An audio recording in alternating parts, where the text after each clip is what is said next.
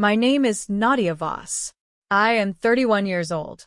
And by the time that certified letter finished what it had to say, I understood that my grandmother had been trying to protect me from something she had seen coming long before I had.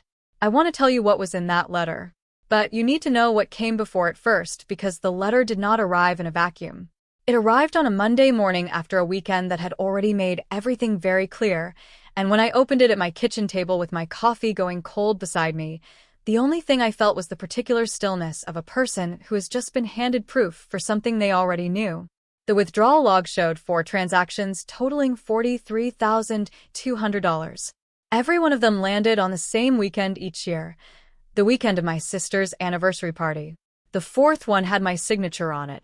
I had never signed anything. Before I tell you the rest, I want to ask you something. What does the light look like where you are right now? Is it morning or evening? I think about light a lot since that Monday, the way it looked coming through my kitchen window, ordinary and indifferent, while I was reading something that was anything but. Tell me where you are. I want to know what kind of moment this is for you. I grew up in Clearfield, Pennsylvania, in a house with a long front porch and a mother who was magnificent at occasion. Connie Voss, my mother, has a gift for ceremony. She plans events the way some people build cathedrals, with total conviction, enormous investment, and a complete certainty that the scale justifies the cost. My father, Gerald, is quieter about it. He nods. He writes the checks. He says, "Your mother wanted this," which over the years became a complete explanation for most things. My sister Petra is 4 years older than me. She married a man named Ellis Drummond when she was 27, and their marriage is, by every visible measure, a good one. Petra is warm and disorganized and genuinely kind in the way that does not require an audience. She is not the architect of what I am about to tell you. I want to be clear about that from the beginning. My work involves teaching children to do things that other children do automatically: button a shirt, hold a pencil, coordinate the sequence of steps that gets you from a chair to a standing position without falling. I work mostly with children who have neurological differences or injuries, and the job requires, above all else, the ability to observe carefully without projecting. You cannot assume you know what a child is experiencing by how they look from the outside. You have to watch the specific behavior, document it precisely, and build your understanding from evidence rather than assumption. I have been told I am good at this. It is possible that the same skill that makes me effective at my job also made me slow to name what was happening in my own family. Careful observation without projection can, if you are not deliberate, become a habit of deferring conclusion. I observed the pattern in my family for years. I documented it in my own way, in the back of my memory. I simply declined to file the report until I had no choice. I am a licensed occupational therapist. I have worked at a pediatric rehabilitation clinic in Harrisburg for 6 years, and before that I spent 2 years at a hospital in Pittsburgh finishing my clinical hours. My work is specific and procedural and requires a great deal of documentation: treatment plans, progress notes, functional assessments, billing codes. I am, professionally, a person who reads paperwork carefully and notices when something does not add up. My grandmother was Ruth Voss. She was my father's mother, a retired schoolteacher who lived in a tidy ranch house in Punxsutawney and kept a garden that she could name every plant in, Latin and common both. She died in March of 2019 after a short illness, at 78 years old. I was 25. I drove to Punxsutawney the afternoon my father called me and sat with her in the hospital until she died 2 days later. My parents arrived the second morning. Petra arrived the afternoon of the funeral. Of all my family relationships, the one I return to most often is the one with Ruth. She was not a demonstrative woman in the conventional sense. She did not hug easily or say "I love you" in ways that felt rehearsed. What she did was pay attention. She remembered the name of every patient I mentioned from my clinical placements. She kept a list in her address book of every milestone I had described to her: the licensing exam, the first independent caseload, the promotion to lead therapist, with a small checkmark beside each one. I found this list in her address book after she died, while sorting through her house. The checkmarks were dated. The summer before she died, she asked me to drive to Punxsutawney for a weekend. We spent a Saturday going through the house together. Not because she was dying. She didn't know yet that she was, but because she was 80 and practical and wanted things organized. She showed me where she kept her important documents. She showed me the combination to the fireproof lockbox under the bed. She did not mention the credit union account, not directly. What she said, standing at the kitchen window while we were washing the lunch dishes, was, "I have tried to make sure you will be all right, Nadia. Whatever happens." And I said, "I know, Gran," and she said, "I mean specifically." And I had thought at the time that she was talking about the house or the estate, the ordinary things old people set in order. I had not thought to ask what she meant by specifically. She died in March. The estate took 5 months to settle. I drove to Punxsutawney 4 times between March and August, and each time I was the one who coordinated with the attorney's office, who inventoried the personal effects, who arranged for the house to be cleaned between the estate sale and the closing. My father came when he could. My mother came once. Petra did not come at all, which my mother explained was because the whole thing was very hard for Petra, who had been especially close to Ruth. I did not say that I had also been especially close to Ruth. I made another trip and filed another form and drove back to Harrisburg. I understood what she had meant by specifically in July, 2 years later, reading a certified letter at my kitchen table. Ruth had, in the months before she died, done something quiet and careful. She set up a designated gift trust at the Lakeview Credit Union in Clearfield, a separate account, outside the main estate, with a sole beneficiary, me. The trust document, which I did not know existed until the Monday letter arrived, described the purpose as a milestone gift fund, intended for a significant life event such as a home purchase, a medical need, or continued education. The principal at the time of her death was $87,400. I did not know this money existed. Ruth had not told me about it. In the same way she had not explained the things she did for the people she loved. She simply did them, quietly, and let them be found when the time was right. That was her way. I need to explain the anniversary parties before I explain the letter, because the parties are what the letter is about. Petra and Ellis's first anniversary, in the June after their wedding, was a dinner at my parents' house for 22 people. My mother cooked, my father moved furniture, and the evening was genuinely lovely. I remember it clearly. A warm night, the back porch strung with lights, Petra laughing at something Ellis said. Nothing about that night troubled me. The second anniversary was a catered dinner at a restaurant in Clearfield for 30 guests. My mother gave a toast. She used the word sacrifice. By the 5th anniversary, it was a hired venue in Harrisburg with 41 guests, a florist, a photographer, and a cake from a bakery in Philadelphia that my mother had read about in a magazine. I attended. I wore a green dress I had bought the week before. I sat at table 7 with 3 of Petra's friends from college, and a couple I had never met. My mother's toast mentioned everything she and my father had done to make the evening possible. She did not say my name. Before that, before the anniversaries became their own category of ache, there were smaller things I had filed without labeling. When I was 19 and needed a laptop for my first year of college, I asked my parents for help with the cost. My mother said money was tight that fall. I took a part-time job at a copy shop and bought a refurbished model at the end of October. The following Christmas, Petra received a new laptop as a gift. It was a better machine than mine. My mother mentioned it had been on sale. When I was 22 and finishing my undergraduate prerequisites, I applied for a summer research position at a rehabilitation hospital in Pittsburgh. It was unpaid, which meant I needed to cover 6 weeks of living expenses on top of my regular bills. I asked my parents if they could help with anything. My father said he would see what he could do. He never followed up. I picked up extra weekend shifts at a physical therapy clinic in town and managed it. That same summer, my parents flew to Barcelona for 10 days to celebrate their 30th wedding anniversary. The trip cost, by my mother's cheerful estimate, around $4,000. She sent me a photograph of the cathedral. I do not tell you these things to frame my parents as monsters. They are not monsters.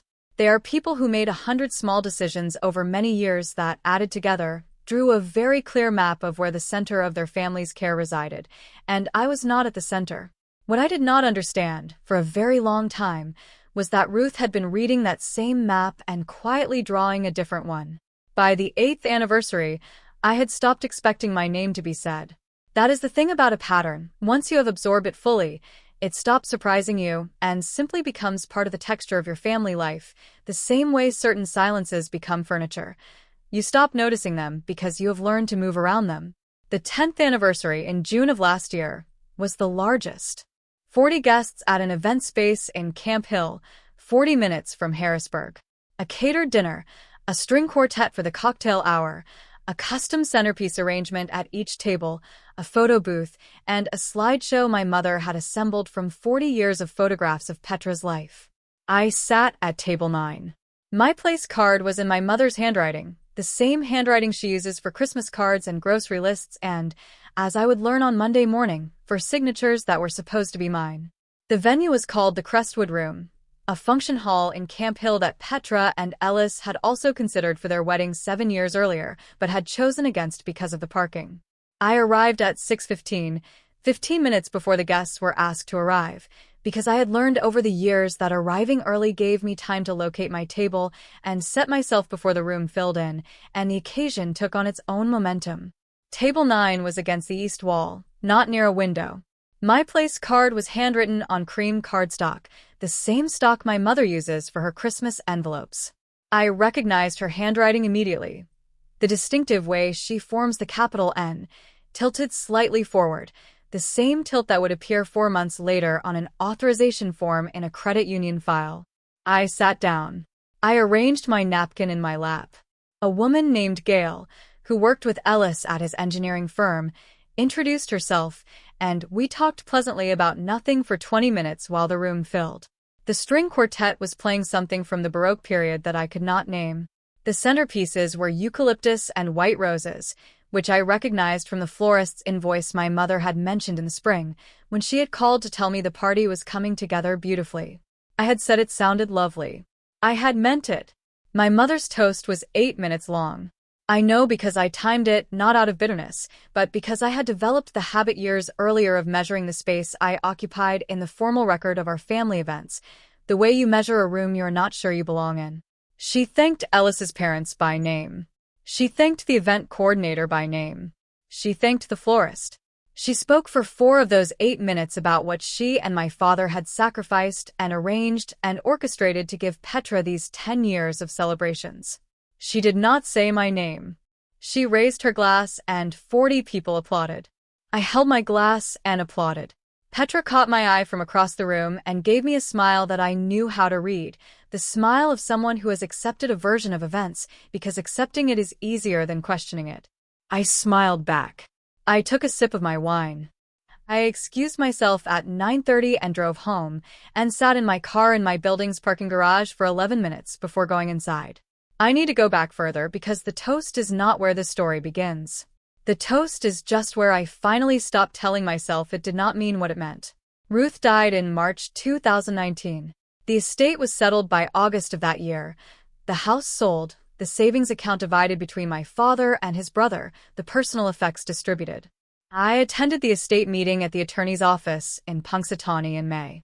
I signed 2 documents confirming I had received my share of the personal effects, which was a box of Ruth's books and her husband's compass, and a set of hand-painted ceramic mugs she had collected over 40 years of travel. I was not named in the estate because I was a grandchild, not a primary beneficiary, and I had not expected to be. No one mentioned the trust.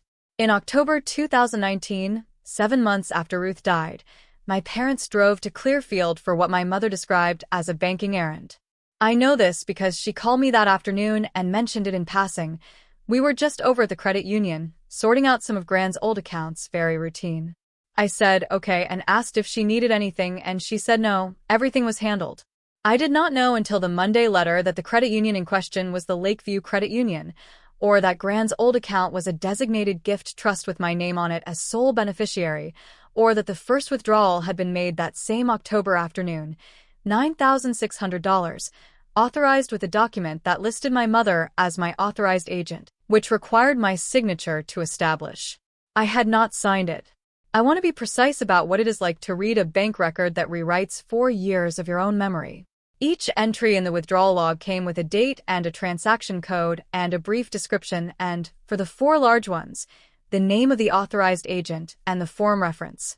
As I read down the page, I was, at the same time, reconstructing the calendar. June 2020. I had driven to Clearfield for Petra's second anniversary dinner. It had been at a restaurant downtown. My mother had mentioned it was expensive. June 2021. The dinner in Gettysburg, the one where Petra had worn the blue dress my mother had helped her pick out. I had driven 3 hours and sat at table 6. June 2022. The anniversary where my mother had first used the word legacy in a toast. She had talked about building a legacy of family love, the kind that lasts. 40 people had applauded. I had driven home at 10 p.m. Each withdrawal corresponded to an occasion I had attended, at a table with a number, while 40 people applauded something my grandmother had paid for without knowing it. That is a specific kind of feeling. I do not have a clean word for it. In June 2020, the second withdrawal, $11,400.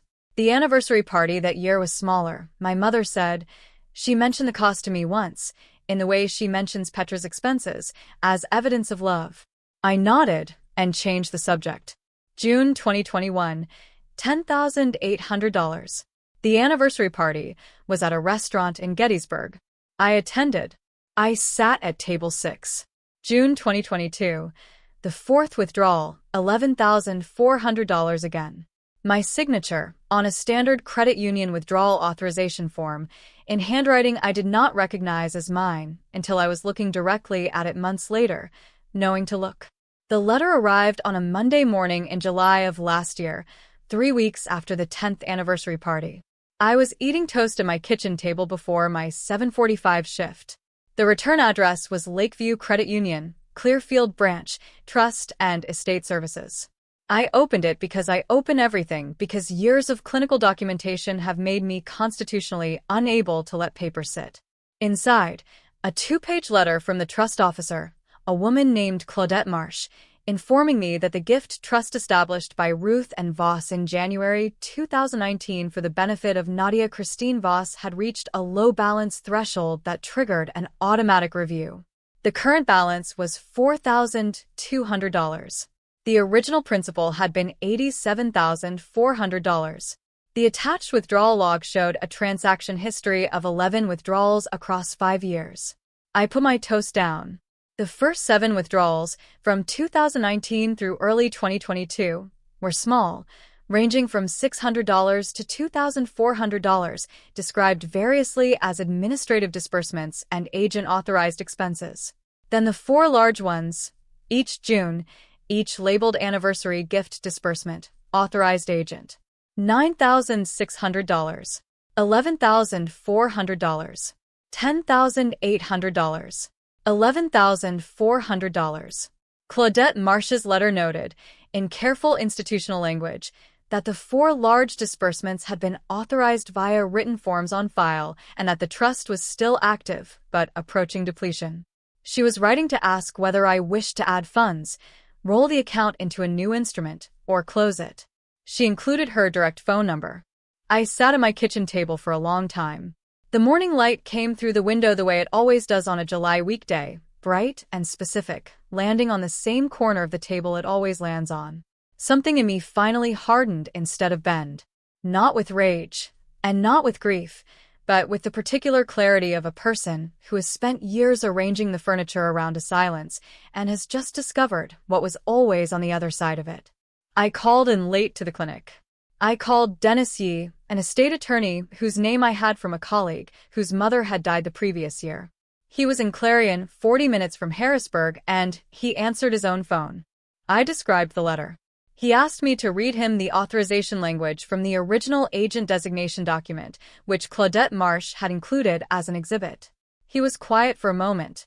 Then he said, "The agent designation requires the beneficiary's wet signature to be valid." He said, "Did you sign that document?" I said no. He said, "Then we should meet." I drove to Clarion that Thursday morning and sat across from Dennis Yee in a small conference room with the letter and the withdrawal log and a copy of the original trust document that Claudette Marsh had emailed me on Tuesday afternoon. Dennis reviewed all of it. He said 3 things clearly. First, the agent designation appeared to contain a forged signature. Second, for large withdrawals under a fraudulent agent designation constituted trust fraud. Third, because the trust was established separately from the estate, it fell outside the estate settlement my family had completed in 2019, which meant my father's prior signing of estate documents did not grant him or my mother any legal authority over this account. He also noted something I had not caught. The authorization form listed my residential address as one I had not lived at since 2018, my parents' house in Clearfield, where I had lived during graduate school. In 2019, when the form was filed, I had been living in Pittsburgh for 18 months. That discrepancy alone, he said, was meaningful.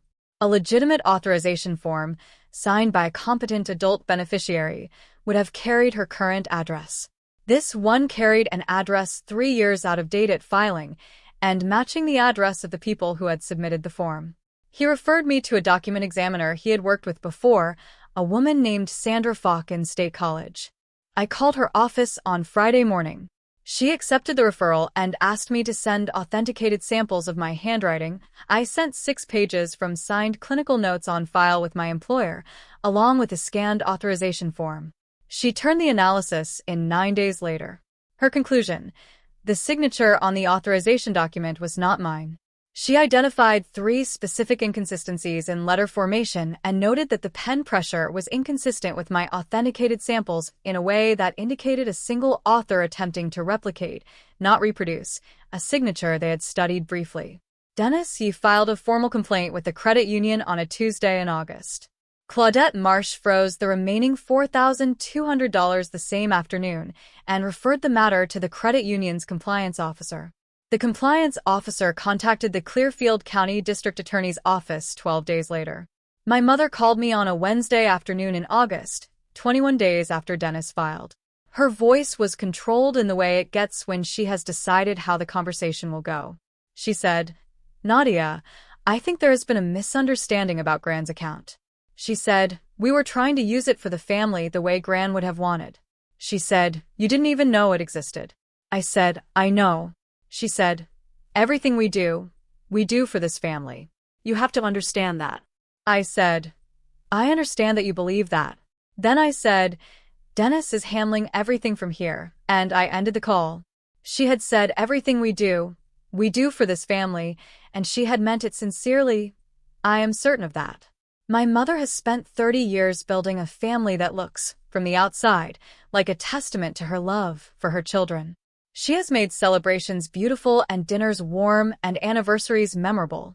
She has done all of this while believing, with complete conviction, that the measure of a family's love is the quality of its occasions. Ruth understood something different.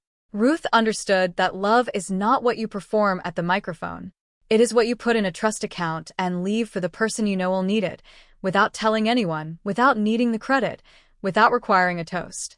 Ruth had set aside $87,400 for the moment in my life, when I would need it most. She had done it quietly, in January of the year she died, while she still could. And then my mother had used it to pay for 4 anniversary parties. Between August and September, I went to work every day and came home and made dinner, and did not tell anyone at my clinic what was happening. I told one person, my colleague Renata, who I have worked alongside for 4 years, and who has a quality I have always admired, which is that she listens without needing to fix anything. I told her on a Thursday afternoon in the break room, while we were both eating lunch. I described the letter, the withdrawal log, the authorization form, Dennis Yee, Sandra Fox report. She listened without interrupting. When I finished, she said, "What do you need right now?" I said I did not know. She said, "Okay." Then she refilled her coffee and asked me about the patient files I had been reviewing that morning, because that was also what I needed for the ordinary work of the day to keep going around the thing I was carrying the way a river goes around a stone. I was grateful for that. The Clearfield County DA's office opened a formal review in September. Dennis Yee filed a civil claim for restitution in October, naming my parents jointly. The claim totaled $43,200, which was the sum of the 4 large anniversary disbursements, the only ones for which the fraudulent authorization was conclusively established. The smaller earlier withdrawals were under a separate administrative review. Before that, in October, there was a meeting I had not expected. Dennis called me to say that the credit union's compliance officer, a man named Theodore Bran, had requested a brief in-person statement from me as part of their internal review. I drove to the Clearfield branch on a Thursday afternoon and sat across from Theodore Bran in a conference room that smelled like new carpet. He was methodical and careful and asked questions the way someone asks questions when they already know the answers and are confirming them in the record. He asked when I had first learned of the trust. He asked whether I had ever authorized anyone to act as my agent. He asked whether I had signed any documents related to Ruth Voss's estate in 2019. I answered each one. He thanked me, wrote something down, and offered me a cup of water. The whole meeting lasted 41 minutes. Walking back to my car, I thought about Ruth going into that same branch 5 years earlier, sitting across from Claudette Marsh, setting up the account. I wondered if she had also been offered a cup of water. I decided she probably had. In November, my parents' attorney contacted Dennis Yee and proposed a restitution agreement. My parents would repay the $43,200 across 18 monthly installments, beginning in January. In exchange, I would withdraw the cooperation that the DA's office had requested. Dennis advised me that the DA's office might proceed independently regardless, since the fraud complaint originated with the credit union's compliance officer and not solely with me. But if I withdrew my cooperation, the civil resolution would be cleaner and faster. I thought about it for a week. I am still not entirely certain I made the right decision. What I know is that I was 31 years old, and I did not want to spend the next 2 years in a courtroom watching my mother cry in front of a judge and my father look at his shoes. I signed the agreement in December. The first restitution payment arrived by certified check in January. I had not known what to expect. I had imagined something more formal, a lawyer's letter, perhaps, or a wire transfer. What arrived was an envelope from a Clearfield address I did not recognize, with no return name, the handwriting unmistakably my mother's on the outside. I opened it standing at my mailbox in the January cold. The check was for $2,400. It was drawn on an account that belonged, according to the printed header, to Gerald and Constance Voss. The memo line said, "Per agreement." There was no note. I had not expected a note. I stood at the mailbox for a moment with a check in my hand and the cold coming through my coat, and I thought about what $2,400 means in a month, how many grocery trips, how many electric bills, how many clinical hours I have worked in my career to have that amount in my checking account at any given time. I thought about $43,200 divided into 18 installments, arriving in envelopes with no return name and no note, and I thought about Ruth going to the credit union in January 2019 and setting up an account to make sure I would be all right. Specifically, I deposited the check. I opened the separate savings account that same afternoon. The account is at a credit union 20 minutes from my apartment. I have been there once.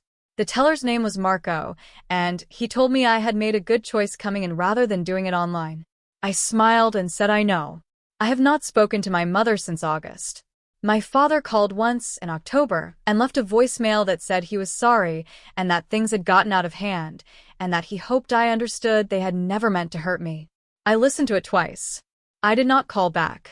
I thought about Ruth, about the January afternoon in 2019 when she sat down at the Lakeview Credit Union and told Claudette Marsh she wanted to set up a gift trust for her granddaughter, the one who would need it, who might not ask for it, who should have it waiting when the moment came.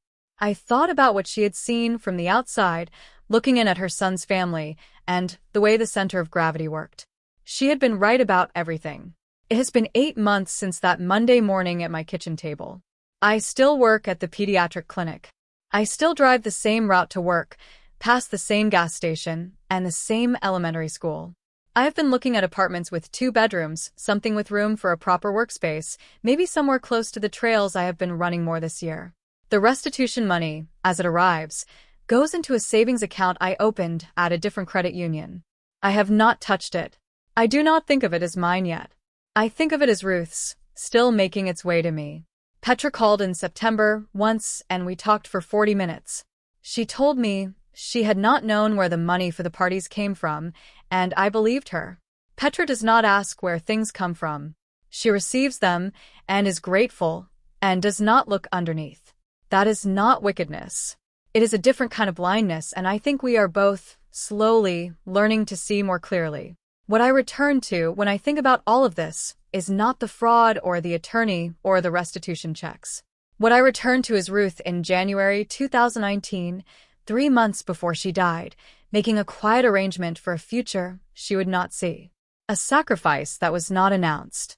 A love that did not need to stand at a microphone to be real. A sacrifice announced at a microphone is not a sacrifice. It is a performance looking for an audience. The clearest kind of love is the kind that works while no one is watching, that makes arrangements in advance, that files the paperwork, that trusts the right person with the right document at the right time. Ruth knew what she was doing. She knew I would find it eventually. She just needed me to be ready. Before I close, I want to ask you something to sit with. If you were in my position, if you discovered that money set aside specifically for you had been used, for times over 4 years, to pay for someone else's celebration, would you have pursued the restitution?